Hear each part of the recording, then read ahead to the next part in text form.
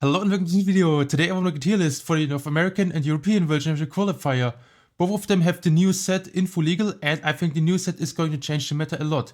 So let's jump straight into the tier list. First of all, let's start with Branded, which was pretty successful in the national season of this year, probably one of the best decks after Snake-Eye. However, after info, this deck has to compete against Gimmick Puppet, which doesn't care about the Gimmick Puppet log at all. Like, giving them the Gimmick Puppet is just a free extender for Gimmick Puppet. Yeah, also this deck can't run that many hand traps to stop FTKs like Gimmick Puppet. I think it might become slightly worse post-info because Snake-Eye becomes stronger. They receive Gimmick Puppet as a potential bit matchup. However, I think Branded is still a pretty solid deck and could have a couple spots in the top cut. Bystial Dragon Link. I think this deck became a lot worse with the last ban list because of the ban of both Savage Dragon and Baron. And without those cards, the deck is kinda weak against Nibiru. Also, even with those cards, the deck hasn't been that great in the Snake-Eye format, and now the deck becomes even worse, because Snake-Eye becomes better, and more people might play either Draw and Lockbird or Mulchami Purrely post-info. And I think with Draw and Lockbird and Mulchami Purrely in the format, I don't see how this deck is going to beat the meta decks. So I wouldn't bring Bystial Dragon Link to the main event. Maybe this could work at the side event, but not in any main event right now. Next one, Centurion. This deck is probably one of the most dangerous decks going first, similar to Branded. This deck can Calamity Lock the opponent and now has a bunch more extenders post Legacy of Destruction. Also, this deck can run Shifter, which makes it even more toxic. But I think this deck has severe weaknesses going second, and for those reasons I wouldn't put this deck too high in the tier list. Maybe one person can sneak their way into top 64, but I think most Centurion players will not advance further than they do. Now Chimera. This deck can play the Fiendsmith cards, which might be a small boost for the Chimera deck, but also Fiendsmith makes lots of people play more Droll, and I think with Droll being more popular in the format, Chimera doesn't look that amazing. Maybe one person can make it in top 64, but I think this deck will not advance further than they do, similar to Centurion. Now Dark World. This deck is actually the weakest deck against Draw and Lockbird because the turn is just over if the opponent has Draw. However, this deck was able to top certain events in the past, for example the YCS Rio de Janeiro. Yeah, I don't know how this deck topped Rio de Janeiro, probably because no one was on Draw. Also the Nationals in Lithuania, topped by Dark World. But I think in general, post-info this deck is going to be so bad and it will remain a fun deck for locals. Yeah, don't play this at the main event, you are not having a great time with Dark World. Now Exosister, which had a bunch of tops at major events in the last year. Then I checked the Exosister tops of this year and I came to the conclusion Exosister has 0 tops in 2024. Bruh. So this deck has to be extremely bad, and I also tested against this deck at locals, and this deck can't even beat decks like Tearlaments it is supposed to beat going second. So if this deck doesn't see Shifter, I don't have any idea how Exosister is going to win going second. Yeah, so 0 tops 2024, and while testing against this deck, it didn't feel that great, so maybe fun deck for locals, but I wouldn't play Exosister at the main event. Now Floowandereeze. This deck had a couple YCS and National tops in the past because it was the best shifter deck in the past, but now that changed, now Ritual Beast is the best shifter deck. And Floowandereeze has to deal with Mulchami Purrely in the upcoming format, which is going to destroy Floowandereeze completely because you can't summon Amp in turn 1 without giving the opponent like 3 draws. So Mulchami Purrely absolutely wrecks Floowandereeze, and it's not even the best shifter deck anymore.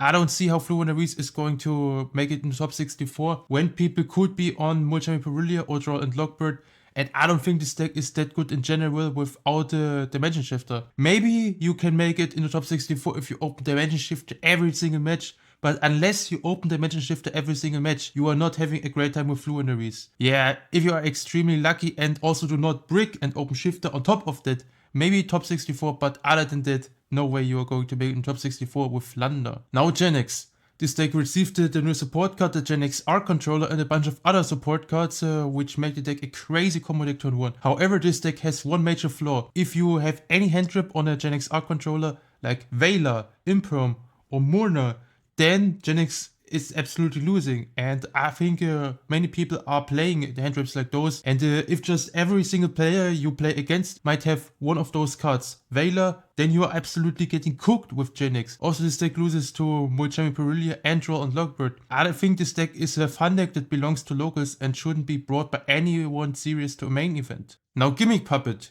the notorious FTK deck post info. I saw a bunch of people testing the deck, And I think this deck can be really scary if you don't open any hand traps, because it has a certain one card OTK lines and you just lose on the spot. So if you play a deck like Branded or Orcust and Avalon, which only runs board breakers most of the time, then you are having a bad time against Gimmick Puppet because you are just getting FDK'd every single match. So I think you have to play hand traps like Bystials or Droll in those decks now to beat Gimmick Puppet. But I think if enough people start to adapt on hand traps and Droll, then Gimmick Puppet is not that great. Because this deck can't FDK through Droll. Not exactly sure how many people know that Droll is going to stop certain FDK lines. But I think the deck could also side cross or designate it to beat Droll. And maybe with a bit of luck, one person could sneak their way into top 64.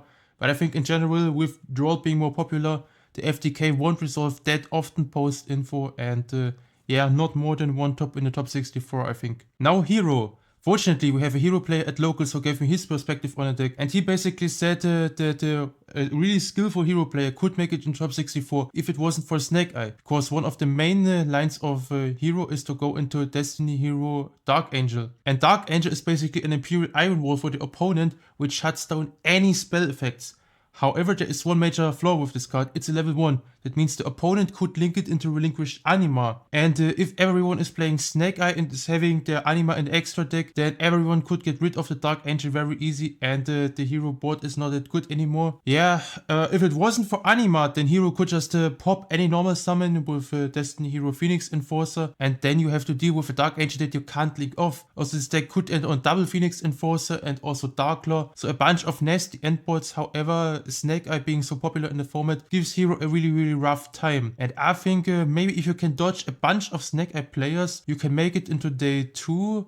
But I don't think this deck is going to be a deck good enough for top 64. Now Horus Stun. For some reason this deck topped at YCS Rio de Janeiro, but I have no idea how this deck is actually going to win games if you go second. For example, one Apollousa negate on the Imseti or just one Ash on Imseti should be always game against this deck. Like, what is this deck going to do if you don't have access to Kingstark? Nothing. I don't see how this deck is ever going to win games going second against decks that can just negate the Imseti, and you don't have a secondary engine like Tearlaments that could bait out Ashe and then resolve the Imseti after the end of your combo and then beat the opponent with the Horus cards from there. This doesn't work in Horus Stun. Like, from my perspective, this deck seems completely garbage, and I think it's just a weaker version of Horus Tearlaments, which only plays the good cards of this deck like the free Imseti and the Sark and the Fenrir, but the Horus Tearlaments doesn't play all of the bad shit cards in this deck, like the Horus Field spell or the Tribute Summons, which don't do anything if you can't even bring one Horus on the field. Yeah, this deck completely sucks. I have no idea how this deck was ever able to top major events. I will put this into maybe side deck, but actually I think this deck is a more fun deck for locals. And it's not even the best stun deck. Like, there are so many more superior stun decks in the format. Just don't play Horus Stun. Okay, another stun deck is Ice Barrier, which got support from the Battles of Legend, and I have seen this deck performing at locals against other players, but I don't think Ice Barrier is going to be that good based on the performance I have seen of this deck. Maybe for side events, but I wouldn't bring this deck to a main event. Yeah, I don't think this deck is going to make it to day 2, it's not that good enough. Now Infernoid, which also received support from the new Battles of Legends set. But I think this deck has major problems in the upcoming format, because this deck is required to run so many of the older Infernoids printed in 2015. And those older Infernoids have some powerful effects, but they require so much setup. You must have Infernoids in a graveyard to banish in order to summon them. And I think this is not going to be good enough in the upcoming format, because so many of those older Infernoids that you are required to play in your deck are just dead cards on their own. And you can't play a deck like Infernoid if half of the engine cards are just completely dead cards, almost bricks in your hand. Yeah, and because this deck is required to play so many bricks for this deck to work, I don't think this deck is having a great time, especially going second against the other decks in the upcoming format post info. So maybe side event, but I can't imagine Infernoid performing well during the main event, and I don't think this deck is making it to day 2. Maybe one person day 2, but I don't think so. Now Kashtira. I don't think this deck is that good after the Rise Hard ban, and it's just a worse shifter deck than Floowandereeze and Ritual Beast for a bunch of reasons. Like, what's the endboard of this deck if you don't open shifter? Fenrir, Unicorn, Shang, Pass, that's it. No way you are going to beat the meta consistently with this endboard. And I played against this exact endboard at Nationals, and one mind control completely destroyed Kash. Absolutely destroyed my opponent with one single mind control. And the 2-card combo endboards are not even that better. Like, what are you ending on? Heat Soul with a bunch of draws which plays into Mulchami, which plays into Nibiru, and you can't even resolve Heat Soul if you need Prosperity to get into the combo. Yeah, no way you're going to beat the meta with Kashtira in upcoming format. The deck can only be successful and make it to day 2 if you open shift every single round. But if you don't open shift every single round, I don't think this deck is having a great time at Nationals, and it's just so much weaker compared to Floowandereeze and Ritual Beast. Maybe you can play this at a side event, but I wouldn't enter the main event with Kashtira. You are basically giving up your opportunity to play a better shifted deck if you want to play a shifted deck. Now Labrynth. I think this deck received really strong support with the simultaneous equation cannon, because it can just banish the entire field of the opponent if you build your entire extra deck to resolve this card. Also, this deck can play the Fiendsmith cards, and both of those Labrynth versions seem not that bad to me. I think there will be a bunch of dedicated Labrynth players who try their luck, and maybe one person is lucky enough to make it in the top 64. Yeah, I think one spot in the top 64 should be completely fine for Labrynth. Now Lightsworn, pure Lightsworn. For some reason this deck topped the German Nationals, and I don't see how this was possible, because this deck plays just so many bricks and artboard cards to draw. For example, every single of those Lightsworn monsters is a brick unless you draw them with other Lightsworn cards together. So Felice and Wolf are bricks unless you draw them combined with Vice or Charge. And Vice is also a brick unless you draw this card combined with one of those other Lightsworn cards.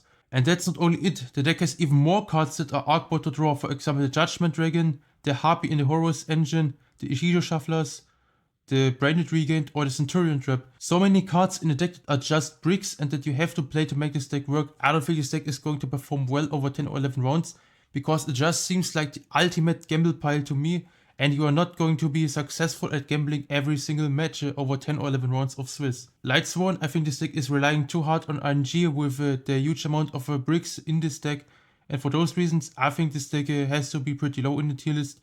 Maybe one person can luck hard enough to make it into day 2, but I think this deck belongs more into the side deck category. Now Voiceless Voice, which was a common deck in the past format, but I don't think this deck is that great, because all the deck does is setting up one Omni Negate and maybe potential ritual summons in the opponent's turn.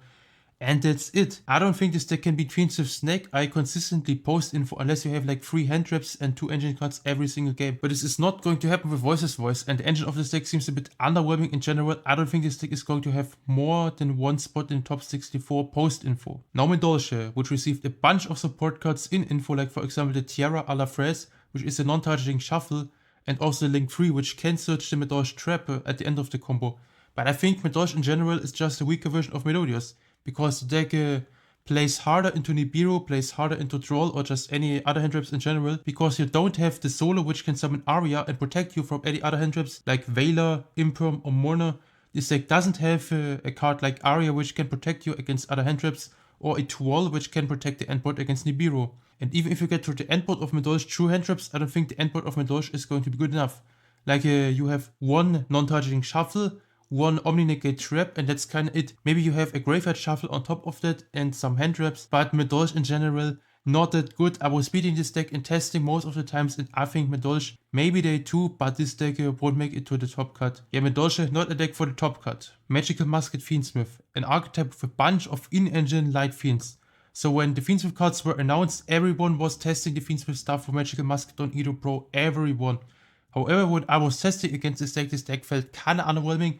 I was beating this deck most of the times, and the Magical Musket Fiendsmith in general didn't feel that amazing. In general, I think the Magical Musket engine is really bad, and the Fiendsmith stuff is not good enough to carry a bad engine like Magical Musket. Bruh. So Magical Musket Fiendsmith, even though it has Fiendsmith cards in it, not the greatest deck. Maybe for side events, maybe for locals. I think, yeah, I would put this at the bottom of side events. Mannadium. This deck got first place at the Central America World Championship qualifier. So even though I thought this deck may be dead without Baron and without Bold Savage Dragon, Mannadium was kinda still successful. And I think this deck could also work post-info, even though this deck is kinda weak against Troll. This deck could also go for Calamity, and if you want to go for Calamity as your main win condition, I think Mannadium is just superior over a deck like Centurion as a Calamity deck, because Mannadium is just so much better going second compared to pure Centurion.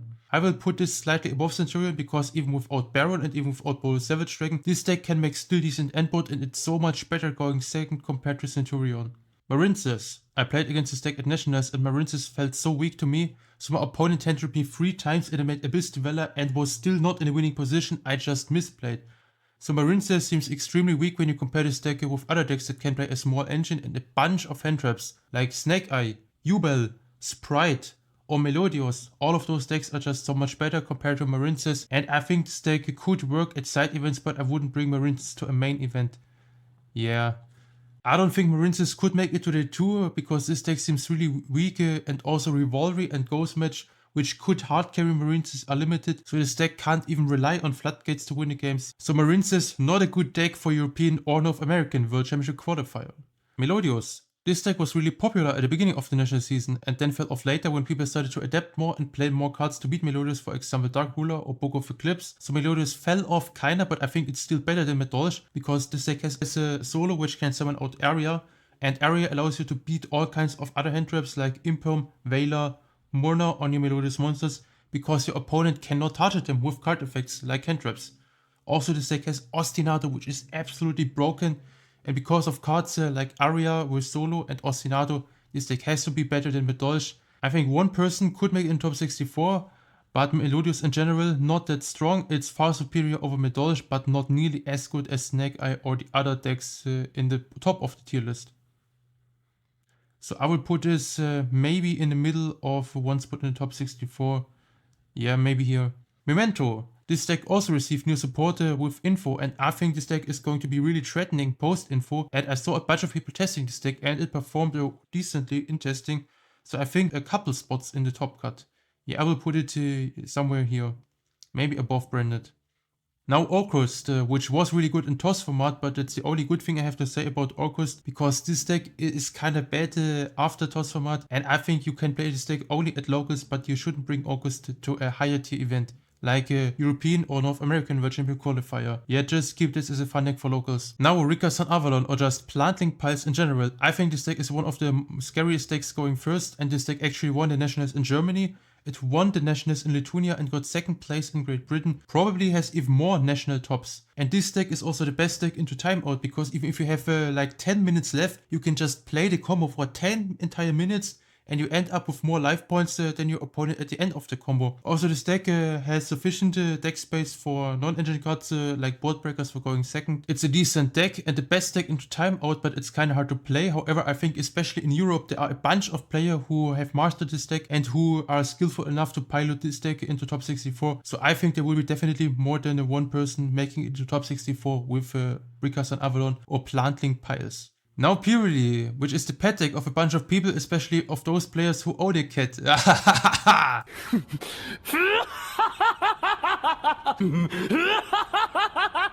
No, just kidding. I think Purrely in general a solid budget deck, but not the greatest deck for competitive play, because it's also one of the worst decks in timeout. You can't resolve, my friend, Purrely if you are close to timeout, and it's a huge downside for Purrely in paper events like a European or North American World Championship qualifier. And I think there may be a bunch of Purrely players who can make it into day 2, but Purrely won't have that many spots in the top cut, so I will put this at the top of day 2. Now Rescue Ace.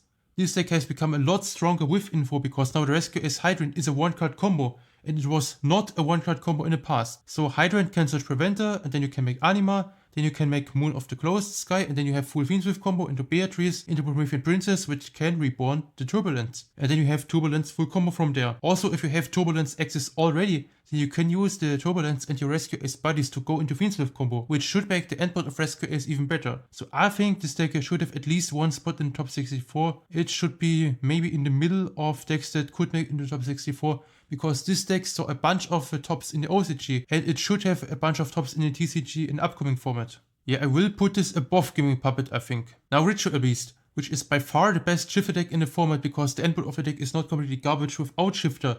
This deck can make Colossus, it can make Protoss, and I think there might be sufficient Ritual Beast players so that more than one is going to make it in the top 64, and for those reasons I think we are going to have more than one Ritual Beast player in the top 64. Now Runick Spright or Runick Spright combo piles in general, I don't think Runick Spright is the correct version to play Runick in the upcoming format, because the endboard feels not good enough anymore when you compare the endboard quality with Snake-Eye or Fiendsmith Yubel, and also relying on Runick cards for board breaking going second is going to be insufficient, because decks are going to make Dire's Eyrie, which can negate Runick cards. Also, with the increase of continuous traps floodgates, more people started to side Cosmic Cyclone, which kinda hurts this deck. I think this deck was a great deck in last year, but it's not going to be good enough in this year. Maybe a bunch of players could make it into day 2, but that's going to be it. So Runick Spright, not the best version of Runick, don't play this deck for World Championship Qualifier. Now Runick Stun, which is the best Runick version right now, and it's also the best stun deck when you compare this deck with other stun decks like Horus Stun. Also, this deck is really cheap and it's really easy to play, so it's a budget deck that is able to hard carry noobs. I think we are going to see a bunch of budget players who are not that good at the game and might play Runick Stun as their preferred deck, and there may be even some good players who know how to play the game and could be successful with Runick Stun, so I think we might have more than one player with Runick Stun in the top cut. Kinda unfortunate this deck is still in the meta game because it's really toxic, but it's objectively speaking the best stun deck in the format. Now Salamangreat. This deck became a lot better with the release of Princess, which combos really well with Raging Phoenix. So we saw Salamangreat FTK topping wise is in Neapolis, and we also saw a pure Salamangreat topping at Nationals in Germany, and I think this deck has a bunch of other Nationals tops. So Salamangreat with the new supporter and Promethean Princess, a decent deck, and I think this deck could have a bunch of people who play this deck. So there might be more than one player who could make it with the deck into day 2. Yeah, I think day 2 is where Salamangreat belongs. Maybe here in the middle of day 2. Now Sky Striker, another Transformer deck. And other than Salamangreat, this deck didn't receive any overpowered support cards like Promethean Princess, and with the current support that we have for Sky Striker, this deck will remain a fun deck for locals. Sorry to say, I wish this deck receives more support that makes this deck good again, but right now Sky Striker not that good, keep it as a fun deck for locals. Now Fiendsmith Snake-Eye. This deck is considered to be the best deck in the upcoming format by the majority of players, and I think everyone is right about this deck.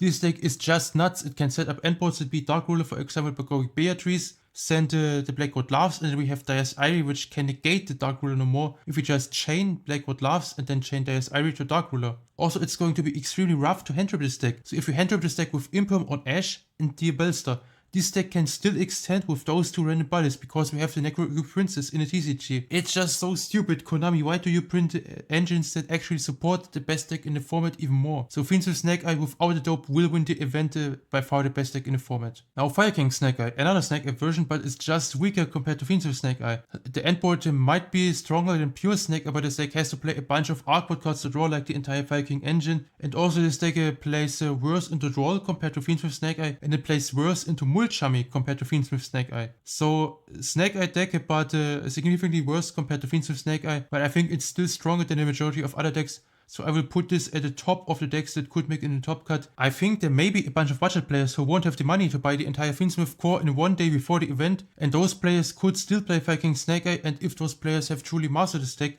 they might perform well and could make it into the top cut. Now pure Snake-Eye. Similar to Fire King Snake-Eye, this deck is just so much worse compared to Fiendsmith Snake-Eye, but it may be still a playable budget alternative for those people who can't afford the entire Fiendsmith engine. It can play more non-engine compared to Fire King Snake-Eye in exchange for a weaker endboard in general. I think there may be a bunch of players, especially in North America, who might be unable to buy the entire Fiendsmith engine in one day before the event, and those players could still play regular pure Snake-Eye and might perform extremely well with the deck. I think we are going to see a bunch of people who won't have the money for Fiendsmith Snake-Eye in the event, and if there are enough players who just know how to play Snake-Eye, they could make it into top cut. So maybe a couple spots in the top cut for pure Snake-Eye, but I think the broad majority of top cut spots will be just Fiendsmith Snake-Eye. Now Spright, specifically Melodius Spright, which received a major boost with the Battles of Legends set because now with the new Iceberry cards, this deck can make totally awesome very consistently again. And for some reason this deck won a World Championship qualifier in South America. So first place, Spright. I don't think this deck is that good even with the new Iceberry support that allows the deck to go in totally awesome in their standard turn 1 combo. Somehow this deck was still successful at the event, but I think in general when you compare Spright with other decks that can play a small amount of engine and a bunch of non-engine like Tenpai Dragon or Snake-Eye, all of those other decks are just completely superior over Melodius Spright, and I think maybe one player could sneak their way into top 64, but overall I think this deck should be around the same power level of Purrely and maybe above, maybe below Purrely. I think this deck belongs into the day 2 category. Alright, now Swords Soul. So this deck lost Baron but regained Protoss, but I think even with the Protoss this deck is completely garbage and loses to Nibiru every single turn 1. I don't know how Swords Soul is going to win matches during a major event because you can't even reliably with Protoss. So if you call Fire, then you could play against Yubel. If you call Dark, then you could play against Snake-Eye, and they might still kill you with the Snake-Eye and the Fiendsmith cards without ever going into a Dark monster. So yeah, I think Swords Soul completely garbage, belongs into the fun decks for locals category, maybe above, maybe below Orcust, yeah, maybe above Orcust, but it's just a fun deck for locals and nothing else. Now, Fiendsmith Tearlaments, a deck that is heavily underestimated by every other content creator, and I think this deck has serious potential, really. This deck transformed from a gamble pile into a consistent combo deck which can make 6 interruptions at the bare minimum with just one single card. Now with the NAWCQ Princess in the TCG. But just any 2 bodies in Tearlaments should be Beatrice, and Beatrice is full combo which ends on 6 interruptions at the bare minimum. And I think right now the deck is pretty consistent, can make strong endboards through hand traps. Also now with the Fiendsmith cards, the consistency of the deck skyrocketed. That means you can cut on engine cards and you can play more non-engine for going second. So now this deck has finally a bunch of deck slots for non-engine. You can play like 9 or 10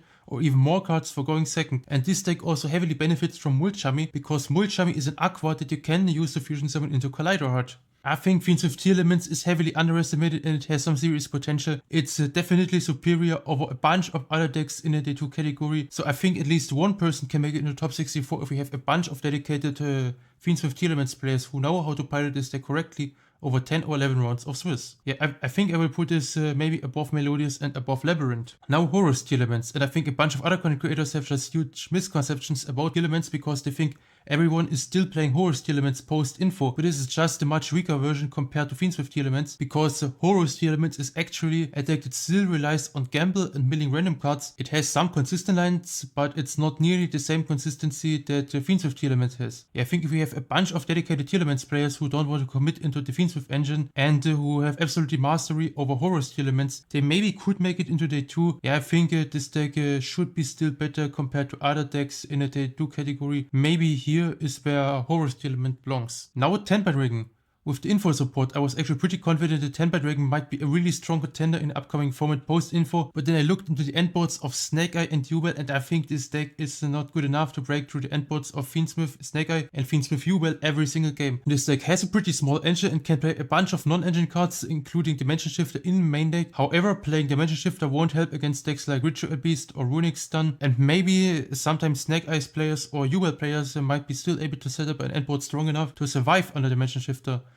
Yeah, I think even with the new support, Tenpai Dragon is not strong enough to compete against the endboards of Fiendsmith Snake-Eye and Fiendsmith Yubel, but it's still one of the best decks that might have a bunch of spots in the top cut, especially because it's an extremely budget-friendly deck that is still competitive. Maybe above Memento and Branded, this is where Tenpai Dragon could belong. Alright, now Bystial Dragon. While pure Bystial Dragonling can't play into Nibiru without Baron and Boro Savage Dragon, this deck can set up at least Colossus under 5 summons, and this is going to give the deck a major advantage over more Dragonling combo oriented piles. Maybe if you open a bunch of Bystials against light and dark decks, this deck could have an advantage over those decks with the Bystials. However, you need some matchup luck and you need good hands. I think with a huge amount of luck, this deck could maybe make it into Day 2. But I wouldn't be too confident about that, so yeah, I think at the bottom of Day 2 is where the deck belongs. Fiendsmith Unchained. Unchained was one of the best decks last year, but then Shavaro got limited and then the deck fell off. But even with one Shavaro, this deck had still regional tops, and it topped the German Nationals this year, so I think this deck has at least some potential. And now with the Fiendsmith stuff, the deck becomes so much better. Now you can make DDD with fucking Caesar extremely easy with only one Shavaro. And also you can add Dias Ivory to the endboard for an additional Omni Negate. Also the consistency of Unchained increased a lot, because the Fiendsmith engine provides you with any 2 Fiend bodies that you can use to link summon Yama, and then search any Unchained monster that you want. Also now with the NAWCQ Princess, even if you only draw Traktus or the Floowandereeze and one Unchained Trap, you have still full combo, which is absolutely insane. So Unchained has some serious potential because of the Fiendsmith engine and the NAWCQ Princess, which boosts the deck even more. I think there might be some skill for Unchained players who can buy this deck well into the top 64. Yeah, I think Unchained might have one spot in the top cut. Now Valmonica, this deck also benefits from the Fiendsmith engine, but it doesn't have nearly the same synergy compared to all other Fiendsmith decks. Yes, this deck has one in-engine Light Fiend, DD Mono. You could use the Mono Valmonica in this deck to make DDD Caesar, but that's kinda it. This deck can't combo nearly as well compared to all of the other decks that can abuse the Fiendsmith engine. I think the entire concept of Valmonica with setting up resonance counters and pendulum scales is kinda slow in the current format.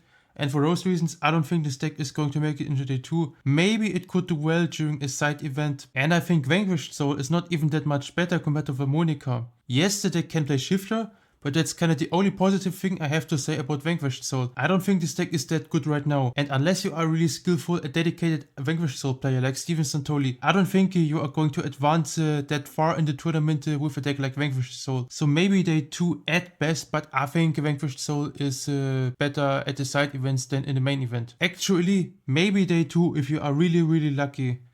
Now Whitewood Centurion.